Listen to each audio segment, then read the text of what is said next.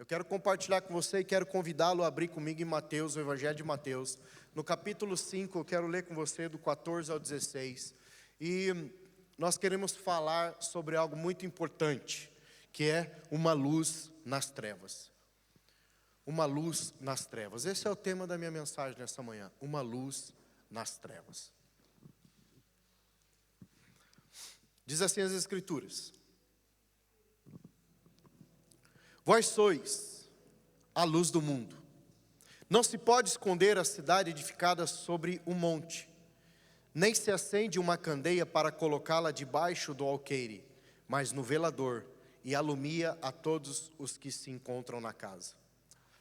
Assim brilhe também a vossa luz diante dos homens, para que vejam as vossas boas obras e glorifiquem o vosso Pai que está nos céus.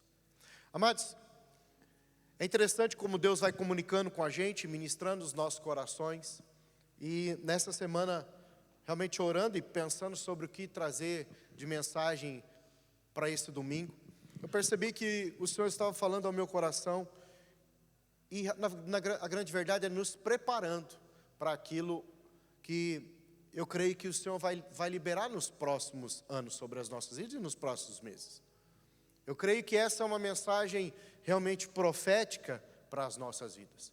E ela vai mexer talvez um pouco nessa manhã com a nosso conformismo com algumas coisas, ou mexer talvez com a nossa zona de conforto, né? E eu creio que o Evangelho é isso. O Evangelho do Reino, ele mexe com a nossa zona de conforto, ele mexe com a nossa existência, ele nos provoca, né? Ou ele tenta nos colocar para fora daquele lugar em que nós estamos, que possa representar um certo comodismo, uma certa aquietação, ou alguma coisa que não gera movimento, se eu pudesse dizer, aplicado dessa maneira.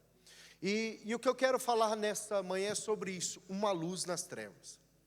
E nós vamos ver pelas Escrituras que é disso que Jesus fala, é disso que se trata o texto que eu acabei de ler. Jesus, ao dizer que somos luz, Ele está nos ensinar, através dessa aplicação, né, um princípio através de duas comparações. E eu quero que você olhe para as Escrituras e consiga perceber a importância de nós sermos uma luz nas trevas. Ou seja, eu sendo uma luz nas trevas e você sendo uma luz nas trevas. Por quê? Porque Ele disse que nós somos uma luz. Nós somos uma luz. Amém? Então, quando eu olho para esse texto, o Senhor está afirmando uma verdade espiritual. Ele está atribuindo uma verdade a mim e a ti. Ele está reconhecendo o que Ele nos entregou, o que Ele nos legou, né? Para que nós, como filhos de Deus, para que nós, como cristãos, homens e mulheres resgatadas, libertas do império das trevas, pudéssemos manifestar nesse tempo, nessa hora. Então, a palavra está nos indicando uma coisa muito importante, do qual Cristo liberou sobre nós, do qual Cristo disse que somos. Então, Ele faz isso através de duas comparações, Ele está a nos ensinar um princípio. Primeira coisa que eu entendo a respeito do que Jesus está a nos falar, é que não é possível esconder uma construção edificada no monte. E o que ele está dizendo? Assim como alguém que está num lugar mais abaixo, numa planície, olha para um monte, consegue observar onde aquela cidade está edificada, então esse alguém tem um parâmetro, tem uma ideia, tem uma noção para poder chegar àquele lugar. Então ele consegue com os olhos perceber aonde está uma cidade para lá poder se dirigir, ou para se dirigir até ela. E na nossa mentalidade, por exemplo, Portugal é um país que tem os seus montes, suas montanhas. E nós vamos perceber, e alguns de vocês já devem ter visto isso, que a gente sai muitas vezes de um determinado nível, né, para um outro nível para poder ir até determinada cidade. Então, por exemplo, se você sair de Braga e ir para Póvoa do Lanhoso, é um lugar mais alto. Jesus está falando sobre a geografia do lugar onde ele viveu. E para quem teve a oportunidade de visitar Israel, nós nos deparamos muito com essa realidade. Israel é cheia de planície com muitas montanhas, muitos montes. E, por exemplo, quando nós estamos saindo da região da Galileia e indo em direção a Nazaré, Nazaré está num lugar alto. Então é uma planície, você sai com o carro e vai se dirigindo por meio de uma planície, tem um certo elevação durante aquela trajetória, e quando você está a chegar perto de Nazaré, você percebe que Nazaré está num lugar alto. Jesus está falando sobre algo em que uma pessoa, na sua geografia local, e ele está aplicando a geografia local dele, assim como as pessoas naquele tempo caminhavam pelas ruas, pelas estradas em meio ao deserto de Israel, elas conseguiam enxergar uma cidade mais ao alto para poder ir até ela. Ele está fazendo uma comparação aqui. Ele está dizendo, é impossível esconder uma cidade num lugar alto.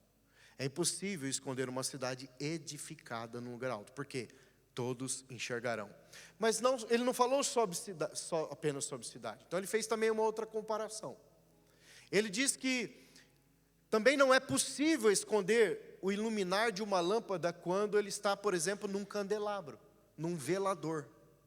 Então Jesus, ele traz aqui a seguinte alegoria, ele está dizendo assim, se alguém quer iluminar uma casa, ele não esconde aquela luz, pelo contrário, ele eleva aquela luz, ele coloca aquela luz num lugar mais alto, para que ela possa trazer a luminosidade, a clareza e iluminar toda a casa.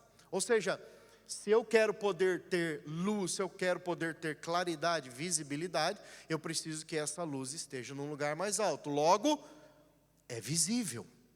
Logo, eu posso ver. Sabe, ele está aqui reforçando também dois conceitos importantes da vida cristã que devemos observar. O primeiro conceito é o conceito da visibilidade. E o segundo conceito é o conceito da luminosidade. E tanto uma coisa como outra tem os seus papéis e as suas funções muito específicas. No conceito da visibilidade, tudo que pode ser visto pode ser aprendido. Tudo que pode ser visto pode ser aprendido, pode ser feito, pode ser realizado. Quando eu vejo alguém fazer alguma coisa, eu posso aprender com aquela coisa, com aquilo que essa pessoa está a fazer. Então tudo que pode ser visto pode ser aprendido. E um outro conceito que ele trabalha, que é o conceito da luminosidade, é toda luz tem a capacidade de trazer claridade, ou seja, percepção. Toda luz que brilha, ela tem o conceito de abrir os olhos, ela tem o conceito de dissipar as trevas, ela traz um conceito de trazer claridade, visibilidade. Eu consigo também observar, eu consigo também ver o caminho, eu consigo ter aí essa luz para eu poder perceber o ambiente à minha volta. Ou seja, assim como Jesus foi erguido no madeiro, Ele quer nos erguer como uma casa espiritual edificada, para que as pessoas nos vejam. Amém? Você está comigo aqui? E não só isso, Jesus, é a luz do mundo, mas também nos fez uma pequena luz, um lumen de esperança para a humanidade nesse tempo de treva. Então ele está a trabalhar esses conceitos de visibilidade, ele está a trabalhar esse conceito de luminosidade. E essa luz, queridos, ela tem uma origem, nós sabemos disso e a palavra nos mostra isso. Ela não é propriamente nossa, ela não vem de nós mesmos, ela não vem do nosso coração, ela não vem da nossa própria existência. Essa luz vem do próprio Cristo, amém? Porque a Bíblia vai falar sobre isso, que Ele é a luz do mundo. E nós concluímos que não é possível revelar a luz que carregamos, ou a luz de Cristo, sem que Cristo seja uma luz para mim pessoalmente. Amém? Para que eu possa revelar aquilo que eu tenho, para que eu possa revelar a edificação, ou o que está sendo edificado em mim, para que eu possa brilhar ou resplandecer essa luz, Cristo que é a luz do mundo, Cristo que é a rocha firme, o alicerce, precisa ser para mim a minha luz e precisa ser para mim a minha própria rocha ou aquele próprio alicerce. Então, com base nisso, visibilidade, luminosidade, e Jesus nos atribuindo um papel, uma função, uma tarefa, ou nos reconhecendo como algo importante, a primeira coisa que nós devemos perguntar é: ser uma luz nas trevas é importante. Ser uma luz nas trevas é importante. Ser um lumen para a humanidade nesse tempo de treva é importante. Ser a luz para a minha casa é importante. Ser a luz para os meus amigos na escola, na faculdade, é importante. Ser a luz para os meus parentes é importante. Ser a luz para o meu vizinho é importante. Ser a luz no meu local de trabalho é importante. Nós vamos descobrir pelas Escrituras que isso é muito importante. E sabe por que é importante, irmãos? Porque, de acordo com o que Jesus nos disse, vós sois luz. E se é importante ser luz, e é muito importante, por que é importante? Porque ser luz revela a nossa origem. Ser luz define a nossa identidade. Ser luz revela a nossa origem. E ser luz define a nossa identidade. Isso é muito importante. Olha o que o Evangelho de Mateus capítulo 7, versículo 20 nos ensina. Assim, pois pelos seus frutos os conhecereis. Isso fala de identidade. Isso fala de quem eu sou. Frutos. Por exemplo, você só pode conhecer uma macieira, uma árvore de maçã, para ficar mais simples, para não errar, né? Você só pode conhecer uma árvore de maçã se aparecer a maçã naquela árvore, sim ou não? Você consegue identificar, essa é uma macieira, não é verdade? Você só consegue perceber, né? E aqui em Portugal nós temos muito, se a videira é videira quando há uva, sim ou não? Porque se não tiver uva, a gente pode até acreditar que é um pé de chuchu. Hã? Porque a gente sabe que pé de chuchu também ele cresce desse jeito. Ó, o pastor é de agricultura, né? Brincadeira à parte, mas é verdade. Você só consegue identificar uma videira se tiver uva. Se não tiver uva, você pode até cair na possibilidade de se equivocar. Por exemplo, você só consegue identificar as árvores, né, cítricas, né, por exemplo, a laranja, a pocã, mexerica, né, qualquer outras coisas, se aparecer especificamente aquele fruto. Porque elas, o limão, por exemplo, também, você pode cair na presunção de olhar e falar assim, será que isso é um pé de limão? Será que é um pé de laranja? Será que é um pé de alguma outra árvore cítrica? Então, porque as folhas são muito parecidas. Até o estilo da árvore ela é muito parecido, semelhante. Não é igual, mas é semelhante. E a gente pode acabar por se confundir. Quando nós não confundimos? Quando o fruto aparece. Jesus está dizendo para nós que há um conceito de visibilidade aqui. Aquilo que é visível é compreendido. Aquilo que é visível é entendido. Então nós precisamos olhar para a palavra do Senhor e perceber isso, que Mateus 7,20 ele diz que pelos nossos frutos nós seremos conhecidos. Isso fala de identidade, porque é importante ser luz nas trevas. Olha que João, Evangelho de João 17, capítulo 17, 14, 16 nos ensina. Ele diz assim, eu lhes tenho dado a tua palavra, e o mundo os odiou, porque eles não são do mundo, como também eu não sou. Olha que interessante, ele diz, eu vos tenho dado a tua palavra, porque eles não são do mundo, como eu não sou. Olha a comparação aqui. Jesus está dizendo assim, como eu não sou do mundo, eles também não são. Eles não pertencem a esse mundo, como eu não pertenço a esse mundo. Por quê? Porque a palavra do Senhor nos fala que nós somos filhos de Deus, co-cidadãos dos céus. A nossa morada é nos céus. E nós estamos cá nessa terra como peregrinos. Ou seja, o que é ser peregrino? Estamos cá de passagem. E há uma razão pela qual nós estamos cá. De passagem, mas não é qualquer passagem. É com um fim, um propósito específico. E o fim e esse propósito é ser luz. Amém? Você está comigo aqui? Ele diz assim, não peço que os tire do mundo, e sim que os guardes do mal. Irmão, o Senhor não vai te tirar desse mundo até que você cumpra o propósito pelo qual Ele te botou aqui. Você está comigo aqui? O Senhor te colocou nesse mundo, o Senhor me colocou nesse mundo. Eu vim para esse mundo para um propósito. E isso revela, né, a minha identidade, revela a minha origem. Ou seja, aqui Ele está a mostrar o quê? Ele está a revelar por entendimento que a minha origem é céu. Que a minha origem não é terrena. Porque Ele diz, como eu não sou, eles também não são. Então por que é importante ser luz nas trevas? Porque revela a nossa origem. Você está comigo aqui? Continuando.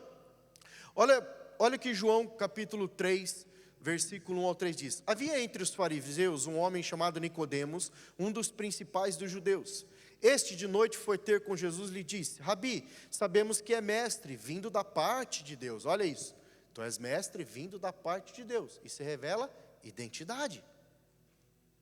Aí ele continua, porque ninguém pode fazer estes sinais que tu fazes, se Deus não estiver com ele. A isto respondeu-lhe Jesus, em verdade te digo, que se alguém não nascer de novo, não pode ver o reino de Deus. Nascer de novo tem a ver com a nossa origem. Quantos nasceram de novo aqui? Você nasceu de novo. E a conversa com Nicodemos é, será que eu posso voltar para o ventre da minha mãe? Não se trata disso, Nicodemos. Você não vai voltar para o ventre da tua mãe. Mas você pode nascer de novo pela água e pelo Espírito. Você pode nascer de novo pela água e pelo Espírito. E nascer de novo pela água e pelo Espírito, querido, revela a nossa origem, revela a nossa identidade. Eu quero de maneira muito simples, reforçar esses valores. Nós precisamos ser luz, irmãos. Nós precisamos, eu vou usar o que o apóstolo Paulo disse, dura coisa é recalcitrar contra os aguilhões de Deus. O que é recalcitrar? A palavra recalcitrar para quem não sabe, é dar coice. No original é isso, é dar coice, recalcitrar. Contra os aguilhões de Deus. Eu sei que na nossa cultura, nós não conseguimos perceber, ou talvez na antiguidade, talvez alguns aqui que se viveram um tempo em fazenda, alguma coisa do gênero, com seus avós, enfim, talvez até tenha se deparado com essa figura. O que é os aguilhões? Naquela altura, todo carro de boi, ou todo carro que era puxado por algum animal, ele tinha na frente, o condutor sentava, havia um lugar onde ele pousava o pé, e na frente daquele lugar que ele pousava o pé, havia muitos pregos, se eu pudesse dizer assim. Muitos pregos na frente. Por quê? Porque se aquele animal quisesse dar um coice no seu condutor, né, ele batia ali o pé e sentia o fisgar da batida do pé e ele se ajustava. Não precisava que o condutor tivesse que ficar corrigindo ele com alguma chibatada, alguma coisa assim. O apóstolo Paulo está a nos ensinar que quando há mandamento, quando há princípio, e nós deliberadamente escolhemos não vivê-los, é recalcitrar, é dar coice contra o mandamento. O pastor Luciano, meu pastor, ele tem uma frase muito interessante, isso despertou meu entendimento a respeito de praticar princípio. Todo princípio que eu quebro, tem o poder de me quebrar depois. Todo princípio não praticado que eu quebro, ele vai me quebrar depois. Então, dura coisa é recalcitrar contra aguilhões de Deus, é quando ele diz que eu sou luz para o mundo, e eu realmente não sou. Quando eu sou luz para o mundo, eu fui colocado com um propósito, e eu não me empenho para ser. Eu não me responsabilizo em me tornar essa luz. E nós precisamos nesse tempo, amados, realmente abrir o nosso coração para perceber que nós temos em nós a vida ou a própria luz, para que nós revelemos a nossa origem e a nossa identidade a esse mundo que está sem identidade e sem origem. Porque o mundo caído, na verdade, é um mundo envolto às trevas e as pessoas estão todas a caminho da perdição.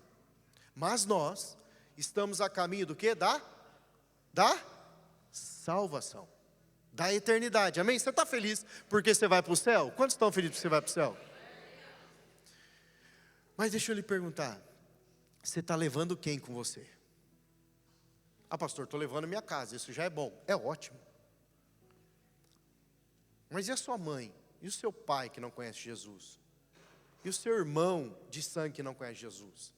E os seus tios, seus primos? E as pessoas do seu trabalho que não conhecem Jesus? Será que o reino dos céus o reino dos céus também não é para elas? Nós precisamos prestar atenção nisso, querido, porque tudo isso revela a nossa natureza.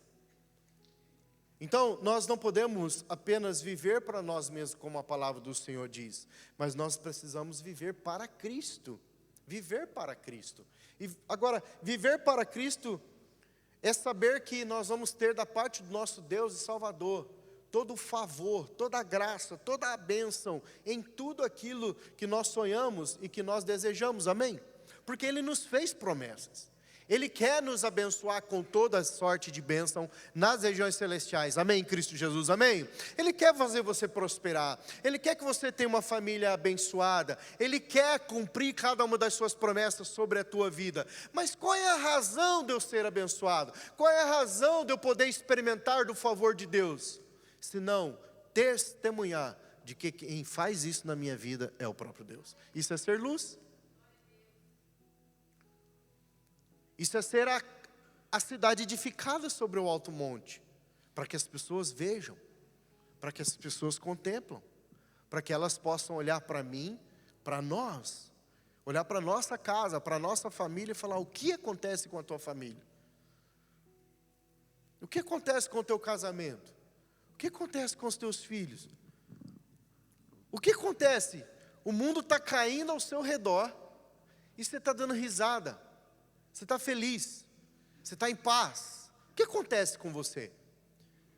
E você vai poder dizer qual é a razão da sua fé, qual é a razão da sua esperança. Por quê? Queridos,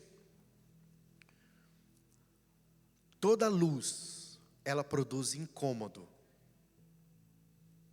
A luz que nós carregamos não é um incômodo mau, é um incômodo bom. Por mais que inicialmente, para as pessoas que não andam na luz, pareça ser um incômodo mau, deixa eu explicar isso. Quantos aqui conseguem olhar mais de 10 segundos para o sol sem tirar os olhos do sol? É impossível, não é verdade? Porque o sol brilha muito forte, não é verdade? Então produz um certo incômodo. Mas se você colocar uma determinada lente, você consegue olhar um pouquinho mais de tempo. Você consegue até manter os seus olhos ali. Quando nós fazemos a seguinte comparação, o sol é tão forte ao olho humano que quando ele brilha sobre os nossos olhos, nós não conseguimos manter os nossos olhos ali. Então nós precisamos de uma lente para poder, de alguma maneira, olhar para o sol e conseguir manter os nossos olhos ali. O que acontece com as pessoas no mundo? Nós estamos a refletir uma luz que produz um certo incômodo quando nós refletimos essa luz, quando nós refletimos o que carregamos, quando nós revelamos quem nós somos. É um certo incômodo, então ela não vai querer aceitar. Mas à medida que a lente que ela não tem começa a entrar, começa a funcionar, começa a operar no entendimento dela, aquela ignorância que a pessoa não tinha da verdade, aquela ignorância que a pessoa não tinha, né, do que Jesus fez, aquela ignorância que a pessoa não tinha, né, do que o próprio Cristo fez em nós, quando essa lente começa a ser mudada no entendimento dela, quando essa lente começa a ser trocada no entendimento dela, ela vai conseguir olhar para a luz e não vai mais se sentir incomodada, porque aquilo começou a mudar o conceito dela, começou a mudar o entendimento dela, começou a mudar a forma dela pensar e raciocinar. Então, isso é muito importante. Ser luz é mesmo muito importante. A segunda coisa que nós precisamos perceber, dentro do que Jesus está falando agora, sobre o conceito da comparação. A quem nos comparou Jesus, ou a quê? Jesus, em João capítulo 9, versículo 5, ele diz assim: enquanto estou no mundo, sou a luz do mundo. João capítulo 8, versículo 12 diz assim: de novo lhes falava Jesus, dizendo: eu sou a luz do mundo. Quem me segue não andará nas trevas, pelo contrário, terá a luz da vida. Conceito de comparação. Quem me segue terá a luz da vida. Isso fala da fonte da luz. A fonte da luz é o Cristo. Amém? A fonte da luz é o Cristo. Agora, qual é a expressão da luz? Jesus é a fonte da luz. Mas toda luz tem uma expressão, que é o conceito de visibilidade. Como eu estava falando aqui, que é o conceito, né, de nós, como eu falei no início, de luminosidade. Então toda luz tem uma expressão. Olha que João capítulo 17, versículo 16 define e 17. Fala assim: eles não são do mundo, como também não sou. Aí diz: santifica-os na verdade, a tua palavra é a verdade. O conceito, melhor dizendo, a expressão da luz é a nossa santificação. Ele é a luz, a fonte, e o conceito, ou melhor, a expressão dessa fonte, dessa luz, é a santificação. Porque a santificação aponta que eu não pertenço a esse mundo, porque eu não vivo de acordo com esse mundo. Mas não só isso. Uma outra expressão da luz, e ele fala: santifiques na verdade, a tua palavra é verdade, é o que nós lemos no Salmo 119, versículo 105. Diz assim, 119, 105. Lâmpada para os meus pés é a tua palavra e luz para os meus caminhos. A expressão da luz é a expressão de santificação. Porque santificado nós seremos pela palavra de Deus. Por isso a palavra de Deus agora passa a ser para mim o ajuste daquilo que eu vou expressar. O ajuste daquilo que eu vou revelar. Porque a palavra de Deus é a lâmpada que me ilumina. Mas não só a mim. É a lâmpada que traz claridade, luminosidade pelo caminho das minhas escolhas, ou pelas escolhas dos meus caminhos.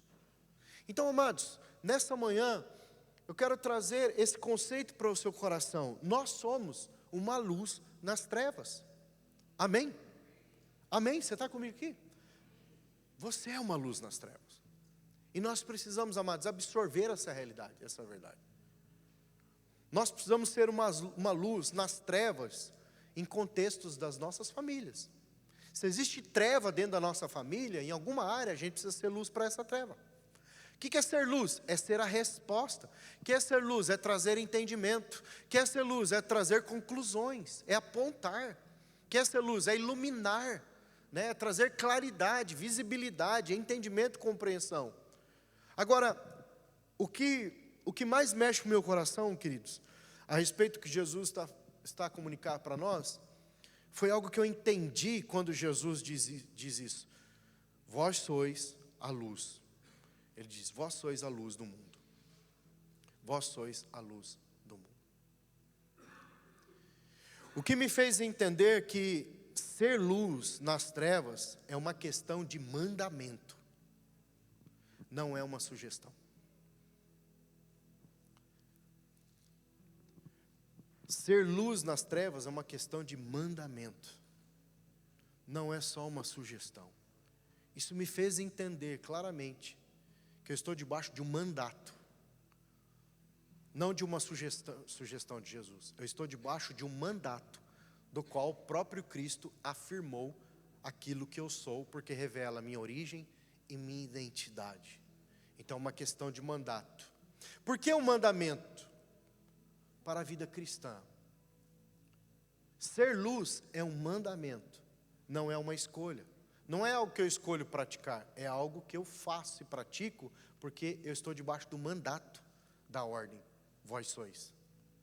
Vós sois. Vós sois, dentro da nossa linguagem verbal, ele sugere o quê? Uma indicação diretiva e clara daquilo que nós devemos ser e expressar. Então, é como se isso não é uma opção, isso não é opcional na vida cristã, isso não é uma escolha que eu faço, isso é algo que eu me submeto e me movo em direção a isso. Quando nós olhamos para a palavra do Senhor, João capítulo 12, falando sobre mandamento, olha o que a palavra do Senhor diz, versículo 50. Eu sei que o seu mandamento é a vida eterna.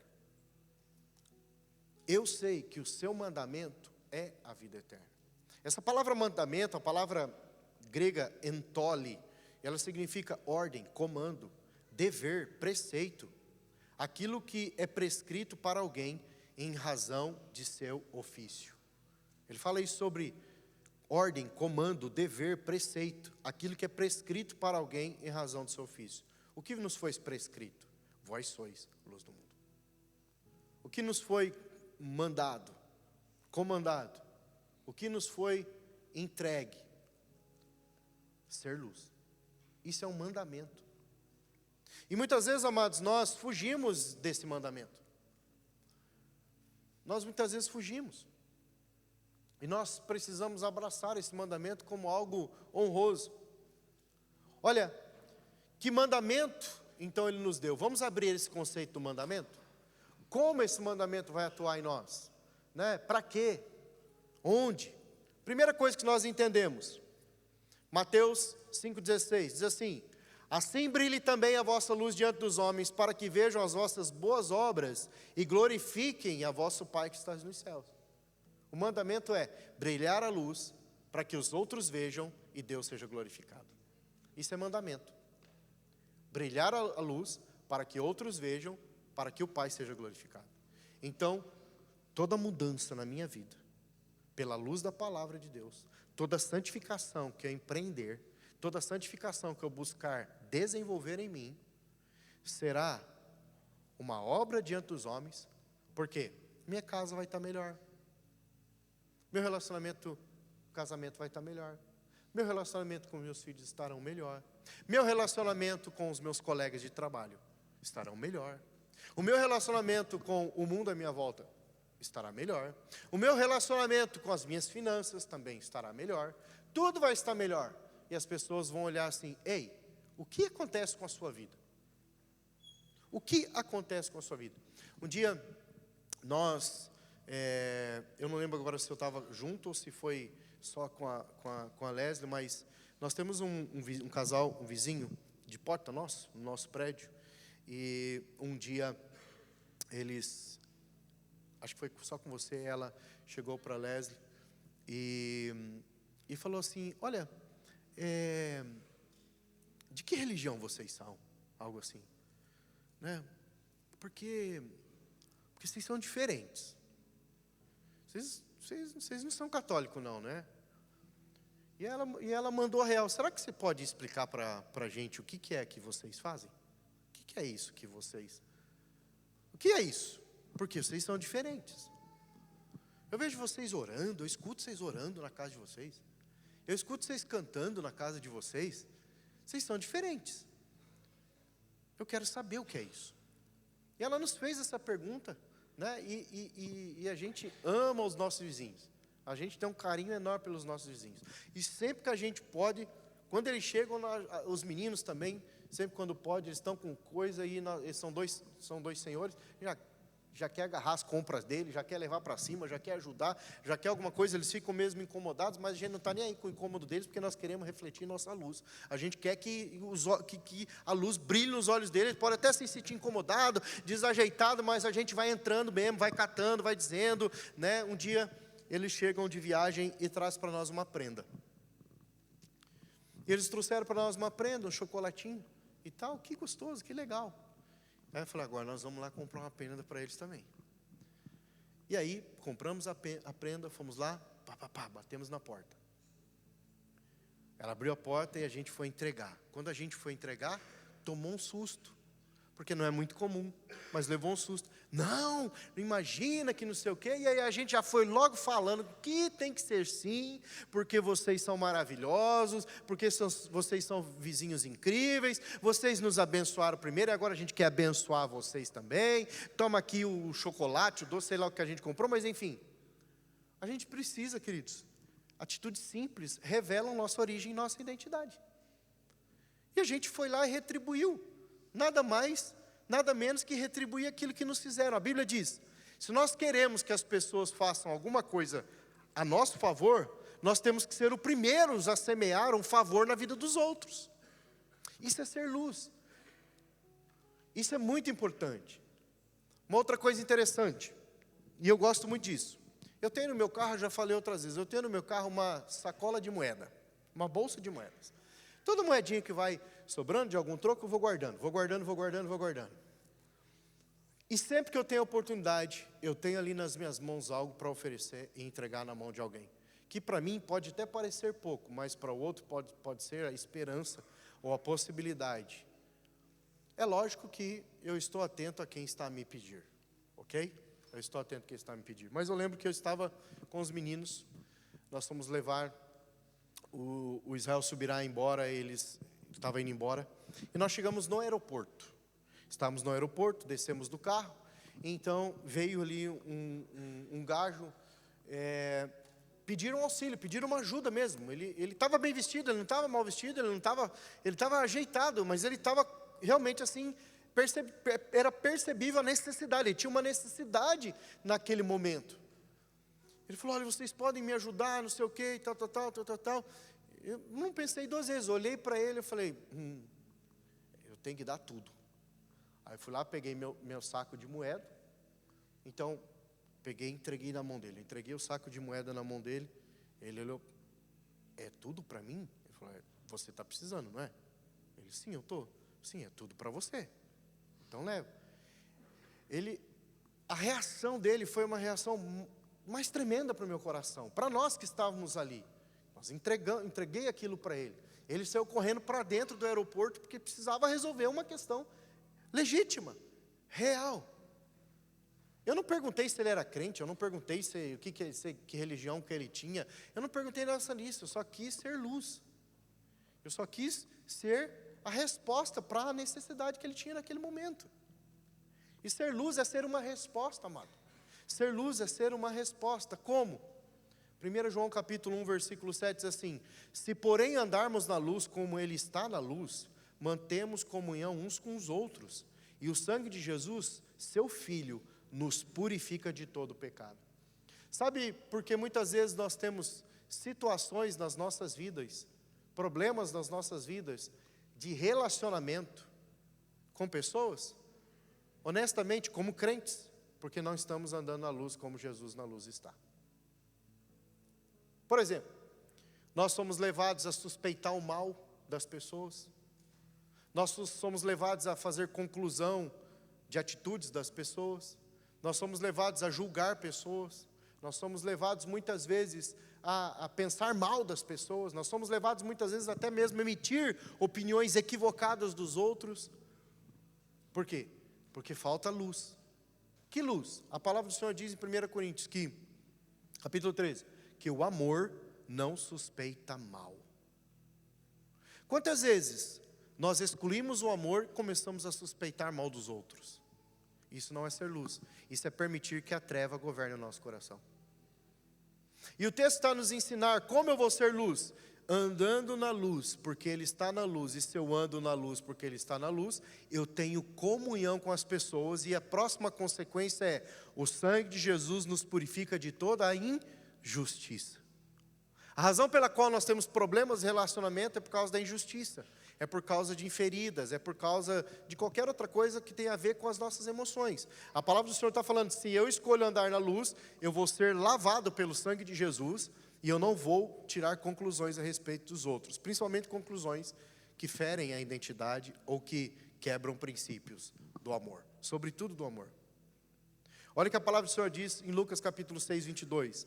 Bem-aventurados sois quando os homens vos odiarem, quando vos expulsarem da sua companhia, vos injuriarem e rejeitarem o vosso nome como indigno, por causa do Filho de Deus. Veja, o conceito de luz.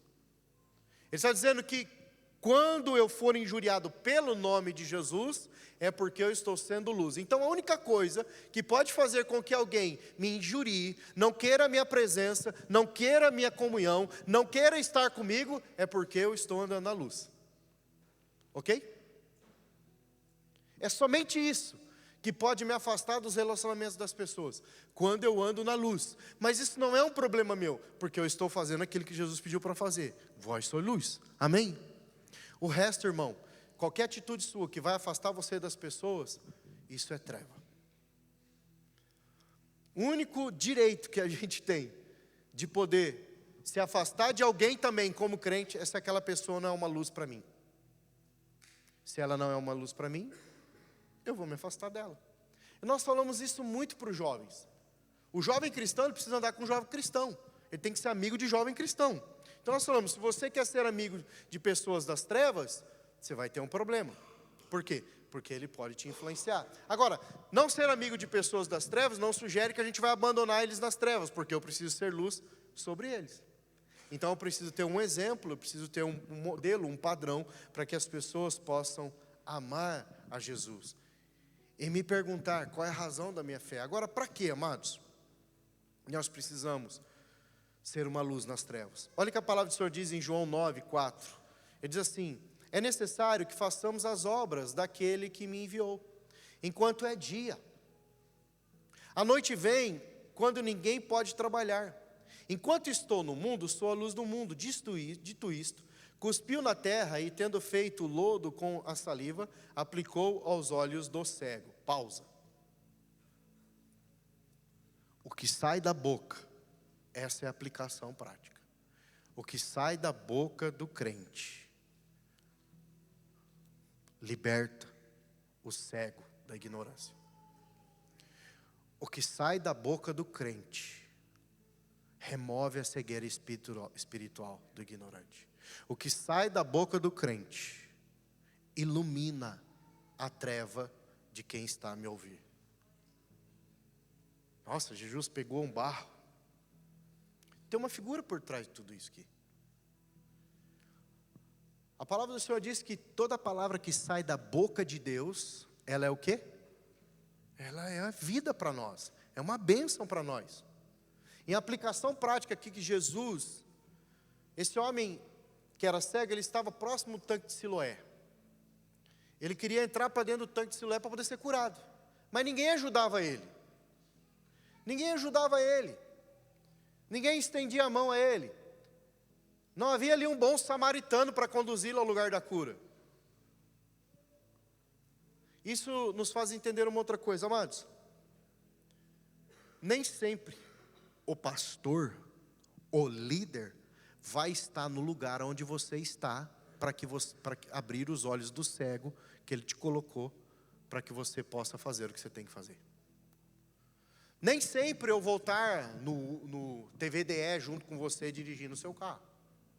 Nem sempre, né, fica a dica para quem trabalha com TVDE aqui. Nem sempre eu vou estar, para quem é caminhonista, dentro da boleia do seu caminhão. Mas você está lá. Nem sempre eu vou estar na fábrica, nem sempre eu vou estar na escola. E eu não vou estar mesmo, porque eu não tenho o poder de Deus de estar em todos os lugares. Mas Ele te colocou ali. Então, em vez de você esperar que alguém conduza ele ao tanque de Siloé, seja você o Siloé para a pessoa. Seja você a Siloé que traz cura para os olhos, para a ignorância e para a cegueira espiritual. Então, fale a palavra, o que sai pela boca, sabe? Para que as pessoas possam ver. E quando eu olho para isso, amados, a questão mandamental, ele definiu para o onde. João 17, 14, 15 diz assim: eu lhes tenho dado a tua palavra, e o mundo os odiou porque eles não são do mundo, como também eu não sou. Não peço que os tire do mundo, e sim que guardes do mal. Não peço que os tires do mundo. Onde? Onde, querido? Onde? Eu e você, sendo luz agora, nesse mundo. Sendo luz aqui em Braga, sendo luz nas cidades vizinhas, sendo luz em Portugal, sendo luz numa casa que você vai trabalhar, sendo luz no empreendimento que você vai trabalhar, sendo luz em qualquer coisa que você vai fazer, em qualquer lugar que Deus te colocar, sendo luz. Por quê? Porque não se pode esconder uma cidade edificada sobre o monte, assim como não se pode esconder a luz colocada, né, num lugar acima, num candelabro, para que possa iluminar toda uma casa. Nesta manhã, de tudo que eu falei, irmãos, eu vou fazer um breve resumo para você guardar no seu coração. Falei muitos versículos bíblicos, falei muitas coisas. Eu resumiria a minha mensagem da seguinte maneira, muito simples. perseverar em praticar princípios, andar na verdade, em novidade de vida. Ser luz é perseverar em praticar princípios, andar na verdade e em novidade de vida. Praticar princípios me faz andar na verdade. Andar na verdade me faz ter uma nova vida, porque eu sou uma nova criatura. Você está comigo aqui? De tudo que eu falei, isso é uma questão mandamental, irmãos. É uma questão mandamental. E vale a pena reforçar a recompensa para isso. A recompensa para praticarmos princípios, por andarmos na verdade e em novidade de vida. Olha que o Salmo capítulo 18, versículo 20, Davi disse assim: retribuiu-me o Senhor segundo a minha justiça, recompensou-me conforme a pureza das minhas mãos. Olha o que o texto diz: retribuiu-me o Senhor segundo a minha justiça, recompensou-me conforme a pureza das minhas mãos. Olha o que o texto diz. Davi diz assim: a recompensa é por causa da minha justiça, autorresponsabilidade. Mas não é qualquer justiça, é a minha justiça, não é qualquer justiça. O que eu estou recebendo de recompensa pela minha justiça revela a minha ação pela obra que eu faço. E ele diz: pureza. A justiça que movia, ou o que movia Davi praticar a justiça, tinha a ver com pureza. E quando nós falamos sobre pureza, lembra que a palavra do Senhor diz que se andarmos na luz, como na luz Ele está, temos comunhão uns com os outros, e o sangue de Jesus nos purifica de todo o pecado. O que Davi estava dizendo? Eu estou purificado, e por estar purificado, a minha justiça é pura. Não é uma justiça que vem de mim, não é uma justiça que vem do mundo, não é uma justiça humana carnal, é uma justiça divina que eu recebi do meu Senhor. E nós vamos perceber, amados, que Davi nem sempre foi um bom exemplo de justiça. Sim ou não? Mas de alguma maneira esse homem entendeu. Ele entendeu que por causa da justiça, que é pela purificação, da justiça que emana do Cristo, da justiça que emana do Senhor, da luz do mundo, nós vamos praticar, nós vamos revelar, nós vamos dar frutos, nós vamos fazer coisas que abençoará os homens e glorificará a Deus. Será uma resposta para essa geração e glorificará a Deus. E não só uma resposta para essa geração e glorificar a Deus, mas gera no mundo do Espírito uma recompensa para cada um de nós. Uma recompensa agora. Eu creio, queridos, que quando nós praticamos princípios, andamos na verdade, e sobretudo, em novidade de vida, mudança de mentalidade, isso vai atrair a bênção de Deus sobre a minha vida, sobre a tua vida, sobre a tua casa, sobre a minha vida, sobre a minha casa. Eu creio que a razão pela qual tu já tem sido abençoado, já tem experimentado do favor e da graça de Deus, é porque tu tens praticado o princípio, não é por outra coisa. Mas o que eu quero dizer hoje, nessa manhã, é sobre o resultado da prática de princípio. O resultado da prática de princípio é evangelizar o perdido. Nós precisamos como igreja, amados, voltar a pregar o evangelho. Nós precisamos como igreja não mais nos esquivar do ID, não mais nos esquivar do mandamento principal da nossa vida cristã. Nós precisamos voltar a pregar o evangelho para qualquer um. Ah, pastor, mas as pessoas não gostam que a gente seja entrão. E daí, irmão? O sol quando brilha, se você olhar para ele, vai queimar mesmo. Prega o evangelho e pronto. Nós estamos realmente edificando muitas vezes barreiras no nosso estilo de vida, no nosso entendimento, na expressão da pregação do evangelho, que a gente começa a colocar os limites que nos impedem de pregar o evangelho, porque a gente acha, mas é outra cultura, é outra mentalidade, e daí? Não interessa se é cultura europeia, não interessa se a cultura que seja, se é cultura americana, brasileira ou africana, não interessa a cultura, se é ocidental, oriental, o evangelho tem que ser pregado. E Deus nos colocou nessa terra para o evangelho ser pregado. Deixa a pessoa escolher se ela quer escutar ou não, mas nós não devemos escolher se nós vamos pregar ou não. Nós devemos fazer porque disse o Senhor para que façamos. Você está comigo aqui? A gente precisa voltar para essa realidade, porque é tremendo quando a gente prega o evangelho e alguém entrega a vida para Jesus. É tremendo quando a gente prega o evangelho e alguém diz: eu quero Jesus. E talvez tu esteja aqui nessa manhã, foi convidado por alguém, e talvez você está escutando essa mensagem, você faz parte disso. Você precisa de Jesus para salvar a tua vida. Você precisa de salvação, você precisa de perdão de pecados. Eu precisei de perdão de pecados, nós precisamos de perdão de pecados. E nós precisamos mostrar para o mundo que o mundo precisa de perdão de pecados.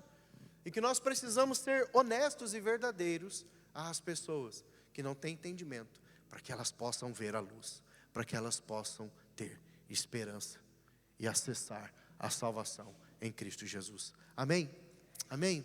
Sabe, fique de pé nessa hora. Eu quero realmente estimular seu coração. Eu tenho feito uma oração nesses dias, faz parte de uma lista pessoal minha. E eu tenho falado com o Senhor a respeito disso. Eu tenho dito para o Senhor que Ele me dê, no meio dessa minha vida pastoral, de atividade, eu tenho orado ao Senhor. Eu quero ganhar vidas para Jesus pessoalmente. Eu tenho orado ao Senhor, eu tenho pedido ao Senhor: Senhor, eu quero pregar o teu evangelho e eu pessoalmente quero levar pessoas a Cristo. Eu não quero só apenas pregar o evangelho aos domingos, eu não quero apenas pastorear, eu não quero apenas aconselhar. Eu quero que o Senhor me proporcione a possibilidade de levar pessoas a Cristo, de alcançá-las através da pregação do evangelho. Eu tenho orado por isso, eu tenho pedido isso ao Senhor. Eu falei: Senhor, em 2025 eu quero ter a alegria de levar pessoas a Cristo pessoalmente. Eu não sei como isso vai ser possível, mas eu tenho pedido isso. E amados, a razão pela qual a gente para de pregar o evangelho é porque a gente para de ser intencional. Porque se você começar a orar para que Deus te dê graça, para que você pregue o evangelho e pessoas se entreguem a Cristo, como você conheceu a Cristo, sabe, o próprio Espírito Santo vai trabalhar. Ele vai preparar o ambiente. E quando você falar, testemunhar, o Espírito Santo já estará ali ao seu lado, junto contigo, para testificar no coração daquela pessoa a necessidade de entregar a vida para Jesus. Eu tenho orado por isso nesses dias. O Senhor nos tem chamado para nós sermos luz nesse mundo. Ele tem te chamado para você voltar a brilhar com toda a intensidade e força no meio das trevas. O Senhor tem nos chamado. Eu creio, queridos, essa é a última hora. Os sinais, eles estão muito claros. Muito claros. Muito claros. Pelos estudos, pelos estudiosos, eu não lembro exatamente o número, mas das profecias que marcam a volta de Jesus, já se passou de 90% delas cumpridas. E nunca se viu tanto falar sobre guerras e rumores de guerra. Nunca se viu tanto filhos desonrando pais.